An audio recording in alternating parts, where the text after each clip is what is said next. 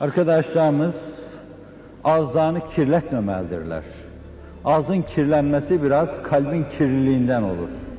Fesad-ı kalp olmasa fesad-ı lisan olmaz. İçi bozuk olanlardır ki dilleri sürekli tenkitte ve gıybettedir.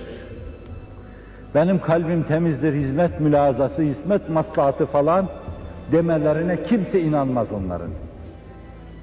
Evet, kalp temizliği temiz kelime üretir, temiz düşünce üretir. Yapıcı, alternatif, olumlu düşünceler üretelim. Ve fakat gıybet etmeyelim, tenkit etmeyelim. Bu hizmetimizin binini, bereketini alır götürür.